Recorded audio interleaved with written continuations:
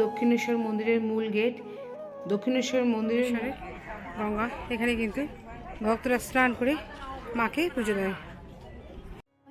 মহামণ্ডল মন্দির, Shri Shri Ramakrishna mission.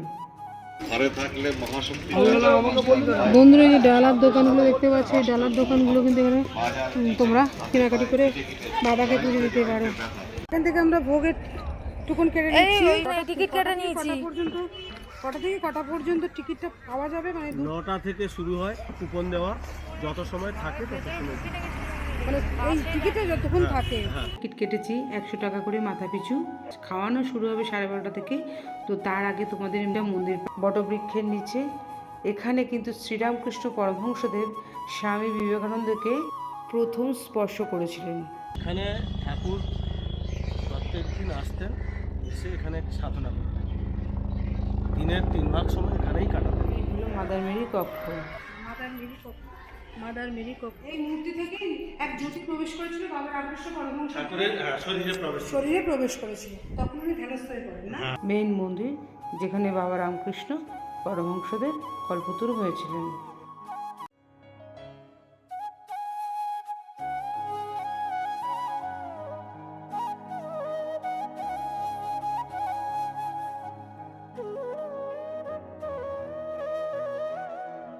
Hello guys, আমি Kanika Koyal, welcome back to my channel Kanika Koyal vlogs. বন্ধুরা, আজকে কিন্তু আমি চলে এসেছি একটা নতুন ঐতিহাসিক, নতুন কেন বলছি, অনেকেই জানো না এই মন্দিরটার কথা, তাই জন্য আমি নতুন বলছি। আর ঐতিহাসিক কারণ এখানে কিন্তু আমাদের শ্রী রামকৃষ্ণ পরমহংসদেবের পা পড়েছিল, আর এখানে স্বামী বিবেকানন্দেরও কিন্তু পা পড়েছিল।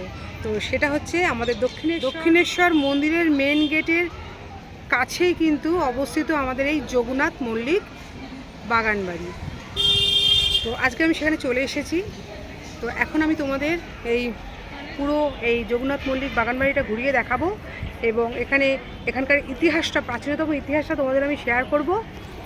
তো সঙ্গে থাকো, হচ্ছে আজকের ভিডিওটা তোমাদের খুব ভালো লাগবে।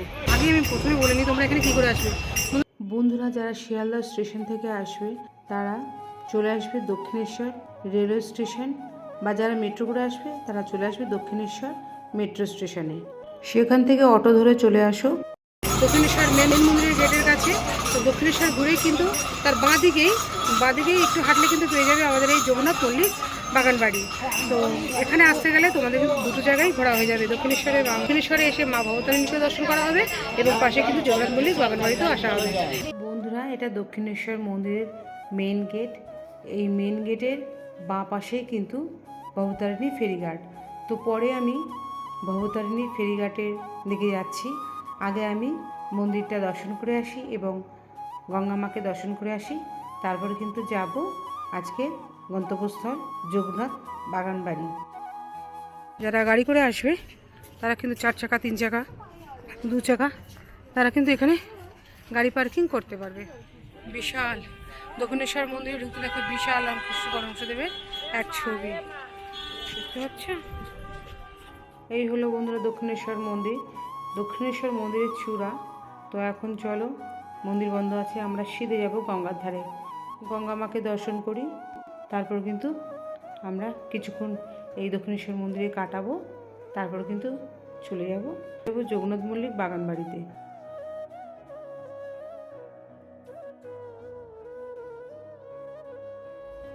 এখন আমি গঙ্গার দিকে যাচ্ছি, দক্ষিণেশ্বরের গঙ্গা। এখানে কিন্তু ভক্তরা স্নান করে মাকে পুজো দেয়।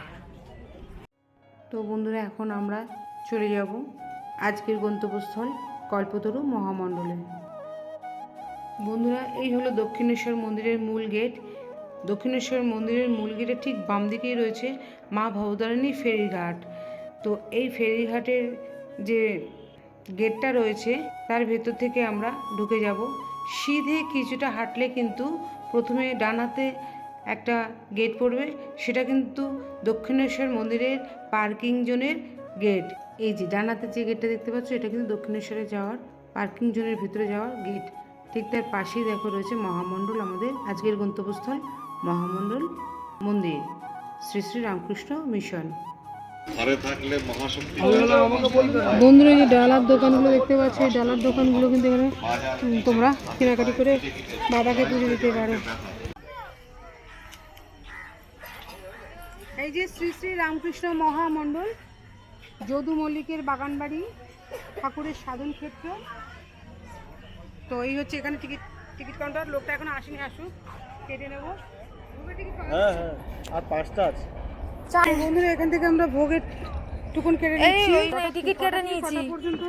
কটা থেকে কটা পর্যন্ত টিকিটটা পাওয়া যাবে? মানে 9টা থেকে শুরু হয় কুপন দেওয়া, যত সময় থাকে তত সময়।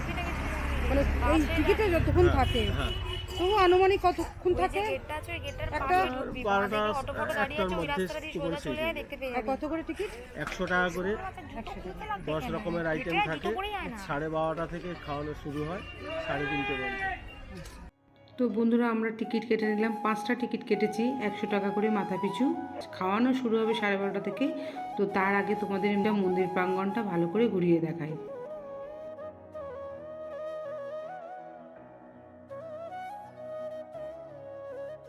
বন্ধুরা এই হলো রামকৃষ্ণ পরমহংসদেবের মন্দির। বন্ধুরা এটা কিন্তু মেন মন্দির। তো চলো দেখি কি কি দেখার আছে। বন্ধুরা মেন গেট থেকে ঢুকতেই কিন্তু বাঁ হাতে এই যে দেখতে পাচ্ছ সাদা শিবলিঙ্গ আর সাদা পাথর দিয়ে মন্দিরটা করে রেখেছে, এবং একটা বটবৃক্ষের নিচে এখানে কিন্তু শ্রীরামকৃষ্ণ পরমহংসদেব স্বামী বিবেকানন্দকে প্রথম স্পর্শ করেছিলেন। নাম হচ্ছে পঞ্চবটী। তো চলেন এর সঙ্গে কথা বলে জেনে নিই কিছুটা।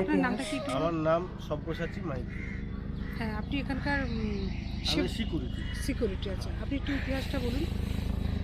এখানে ঠাকুর প্রত্যেক দিন আসতেন, এসে এখানে সাধনা করতেন। দিনের 3 ভাগ সময় এখানেই কাটাতেন। বিশেষ যে এই যে মূর্তিটা দেখছেন, ঠাকুর এখানেই ওনার শরীরে ওনার জ্যোতিটা প্রবেশ করেছে। মানে এই মন্দিরটা না, ওই যে মন্দির, ওই মেরির যে ঘরটা, যেটা মাদার মেরির কক্ষ। হ্যাঁ ওখানেই উনি সাধনা করতেন। মানে ওইখানে পুরনো মূর্তিটা আছে, তখন করার সেই মূর্তি আছে। সেই মূর্তি থেকে একটা জ্যোতি ওনার শরীরে প্রবেশ করেছিল, সেই থেকে ওখানে মাদার মেরি এটা রাখা। আর এই ঘরটায় কি হতো? এটা তো ঠাকুরের মানে কল্পতরু যে হয়েছিল সেটা। আর এখানে প্রধান উৎসব বোধহয় কল্পতরু উৎসব। হ্যাঁ, 1 জানুয়ারি। 1 জানুয়ারি হয়, বিশাল বড় করে হয় বড় না? করে।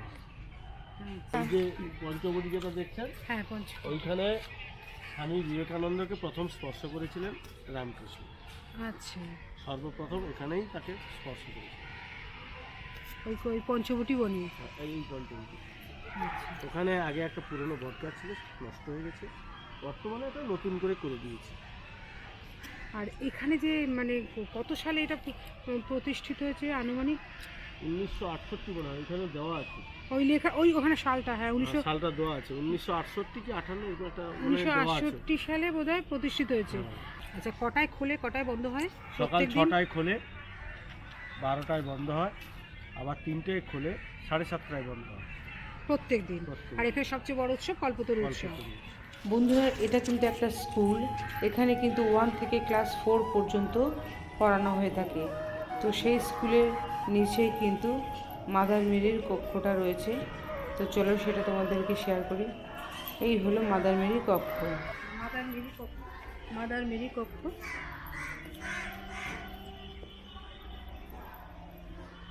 এই কাঁচের মধ্যে যে মূর্তিটা আছে, এটা তখনকার আদি মূর্তি, পুরনো মূর্তি। কাঁচের মধ্যে এটা আছে, ছোট্ট বাক্সের মধ্যে। এইটা থেকেই জ্যোতিকা প্রবেশ করেছিলেন ওনার শরীরে। আচ্ছা আচ্ছা, এই মাদার মেরি এইটা। এই মূর্তি থেকে এক জ্যোতি প্রবেশ করেছিল বাবা রামকৃষ্ণ পরমহংস ঠাকুরের শরীরে প্রবেশ করেছে। শরীরে প্রবেশ করেছিল, তখন উনি ধ্যানস্থ হয়ে পড়েন না? হ্যাঁ হ্যাঁ। আচ্ছা, আর এটা তো পরে প্রিন্ট করা, ওইটাই হচ্ছে অরিজিনাল আগে করা। এই ফটোটাও তো বহু প্রাচীন। প্রাচীন, কিন্তু এটা অনেক পরে প্রিন্টিং হয়েছে, কিন্তু ওইটাই অরিজিনাল। আচ্ছা, এটা বহু প্রাচীনতম। এটাতেই হয়েছিল ওটা। এইটা থেকেই হয়েছে। এটা থেকে জ্যোতিটা বেরিয়েছিল। হ্যাঁ। বন্ধুরা এই কক্ষতেই কিন্তু প্রভু রামকৃষ্ণ পরমহংসদেব দক্ষিণেশ্বরে পুজো দিয়ে তারপরে কিন্তু সেখান থেকে বেরিয়ে এই কক্ষেই, মানে জগন্নাথ মল্লিক বাগানবাড়ির এই কক্ষতেই কিন্তু উনি ধ্যানমগ্ন হয়ে বসতেন। এই ঘরে কিন্তু সর্বপ্রথম প্রভু রামকৃষ্ণের মাতা মেরির ওই মূর্তি থেকে প্রভু রামকৃষ্ণের শরীরে এক জ্যোতি প্রবেশ করতে দেখেছিলেন এবং তারপরেই প্রভু রামকৃষ্ণ পরমহংসদেব অজ্ঞান হয়ে পড়েন। এগুলো তো এত ঘেরাঘেরি ছিল না, পুরো জঙ্গল মতো ছিল। উনি পুজো করতে যেতেন, এখানে আসতেন, দিনের 3 ভাগ সময় বিদ্যুবাবুর সঙ্গে এখানে সময় কাটাতেন। 3 ভাগ সময়টাই এখানে কাটাতে না, ওখানে শুধু পুজোটা পুজো অর্চনা করতে ওখানে দক্ষিণেশ্বর। বন্ধুরা, এখানে কিন্তু স্কুল, এটা তো দোতলার স্কুল। তো এই সিঁড়ি দিয়ে কিন্তু উপরে বাচ্চারা পড়ে 1 থেকে 4 পর্যন্ত। তো চলো এখন যেখানে রামকৃষ্ণ পরমহংসদেব কল্পতরু হয়েছিলেন মন্দির, এই হলো সেই মন্দির, মেইন মন্দির যেখানে বাবা রামকৃষ্ণ পরমহংসদেব কল্পতরু হয়েছিলেন। মেন মন্দিরটা। তো চলো পরিক্রমাটা করে আসি। পরিক্রমায় দেখো জানলাগুলো দেখেছো কত বিশাল, মানে একটা দরজার মতন জানলাগুলো দেখো, দেখেছো? এই দেখো, এগুলো কিন্তু জানলাগুলো দেখে মনে হচ্ছে, বোঝা যাচ্ছে, দেখো পাঁচিলগুলো ফেটে ফেটে গেছে। এই দেখো, মনে হচ্ছে এটা অনেক দিনে। এই দেখো পেছনটা।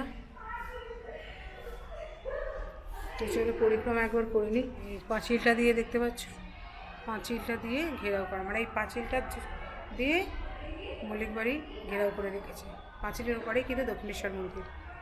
বন্ধুরা, এখানে রয়েছে বিশাল বড় শ্বেতপাথরের রামকৃষ্ণ পরমহংসদেবের মূর্তি এবং ডান পাশে রয়েছে মা শারদার ছবি এবং বাম পাশে রয়েছে একটা খাট, যে খাটে বাবা রামকৃষ্ণ মা শারদা দেবীর ছবি রয়েছে। আর এই হচ্ছে মূল গর্ভগৃহ। এইখানে কিন্তু শ্রী শ্রীরামকৃষ্ণ পরমহংসদেব কল্পতরু হয়েছিলেন। বন্ধুরা, চলো এবার তোমাদের ভোগঘরটা এবং রন্ধনশালাটা দেখায়। তো এই হলো, এখানে হচ্ছে ভোগ খাওয়ানো হয় ভক্তদের। আর এই ডান দিকে এখানে রয়েছে রান্নাঘর। এখানে কিন্তু প্রভুর জন্য এবং ভক্তদের জন্য ভোগ রান্না হয়ে থাকে। এটা খাওয়ার জায়গা। ওই রান্নাঘরের পাশ থেকে দেখো সামনে কিন্তু এখান থেকে কিন্তু তোমার পুকুর রয়েছে। জগন্নাথ মল্লিক বাড়ি জগন্নাথ বাবু এখানে কিন্তু স্নান করতেন। এই যে ঘাট দেখতে পাচ্ছ, ঘাট দেখেই বুঝতে পারছো কত প্রাচীনতম এই মন্দির। এই যে পুকুর পাড়, পুকুরের জলটা কিন্তু এখন মাছ ভর্তি, পুকুরে মাছ রয়েছে দেখতে পাচ্ছ। এই যে স্কুলটা, স্কুলের পাশে এই পুকুর। এখানে কথিত আছে জগন্নাথ মল্লিক বাবু এখানে স্নান করতেন, তার পরিবারের লোকেরা। পুরো এরিয়াটা কিন্তু পাঁচিল দিয়ে ঘেরা, খুব শান্ত পরিবেশ। একদম দক্ষিণেশ্বরের পাশে কিন্তু এই বাগান বাড়িটা, গাছগাছালিতে ভর্তি, ভীষণ ভালো লাগবে। খুব সুন্দর এই জায়গাটা।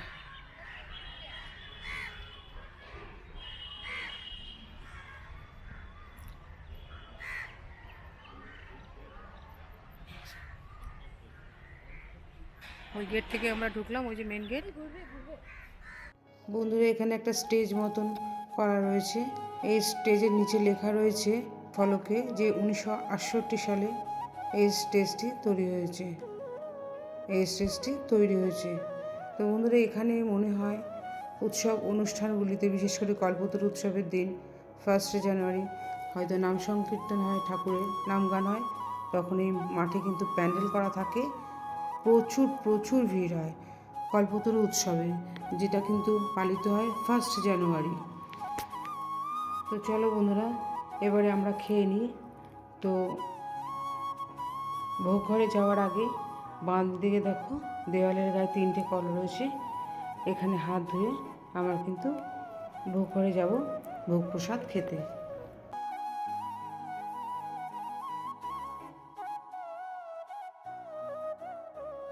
তো 12:30 থেকে কিন্তু এখানে ভোগ খাওয়ানো হয়। তো দেখো অনেক ভক্তরা বসেও পড়েছে। তো এবার আমরা বসে পড়ি। তো আমরা কিন্তু 5 জন এসেছি। প্রত্যেকটা চেয়ারে দেখো 5 জন করে বসারই সিট রয়েছে। 5টা প্লেট দিয়ে দিয়েছে, জলও দিয়ে দিয়েছে, এবারে খাবার দিচ্ছে। তো 10টা আইটেম, তো দেখি কী কী সঙ্গে থাকো। বন্ধুরা প্রথমে পেপার প্লেট দিল এবং গ্লাস দিল, তারপরে প্রথমে দিল খিচুড়ি, তারপরে দিল পাঁপড়, তারপরে দিল ফ্রাইড রাইস, তারপরে দিল পনির আলুর তরকারি, তারপরে দিল সাদা ভাত, তারপরে দিল মুগ ডাল, তারপরে দিল আলু ভাজা, তারপরে দিল ফুলকপি আলুর তরকারি, তারপরে দিল চাটনি, তারপরে দিল পায়েস। তো টোটাল 10 রকমের ভোগ প্রসাদ কিন্তু আমরা গ্রহণ করলাম। বন্ধুরা, তো আজকে আমি তোমাদের ঘুরিয়ে দেখালাম আমাদের জগন্নাথ মল্লিক বাগানবাড়ি, যেখানে কিন্তু আমাদের শ্রীরামকৃষ্ণ পরমহংসদেব দক্ষিণেশ্বরে পুজো দিয়ে মানে 3 ভাগ সময় কিন্তু এই জগন্নাথ মল্লিক বাড়িতে থাকতেন। তো তোমাদের পুরোটাই শেয়ার করলাম, যতটা সাধ্য আমি ইতিহাসটাও শেয়ার করলাম। তো যদি ভালো লাগে তাহলে কিন্তু অবশ্যই এখানে চলে এসো। দক্ষিণেশ্বরে যখন আসবে তখন কিন্তু দক্ষিণেশ্বরে পুজো দিয়ে তারপরে কিন্তু অনায়াসে চলে আসতে পারো আমাদের এই জগন্নাথ মল্লিক বাড়িতে। তো খুব ভালো লাগবে, আমার তো খুব ভালো লেগেছে। যদি ভালো লাগে তাহলে আজকের ভিডিওটা তোমরা তাহলে লাইক করে দিও, কমেন্টে জানিও আর শেয়ার করে দিও। নতুন বন্ধুরা যারা এখন আমাকে সাবস্ক্রাইব করেনি তারা প্লিজ আমার চ্যানেলটিকে সাবস্ক্রাইব করে আমার পাশে দেখো। তো আজকের মধ্যে বিদায় নিচ্ছি, দেখা বন্ধু কোনো ব্লগের সাথে। সবাই সুস্থ থাকো, ভালো থাকো, টাটা।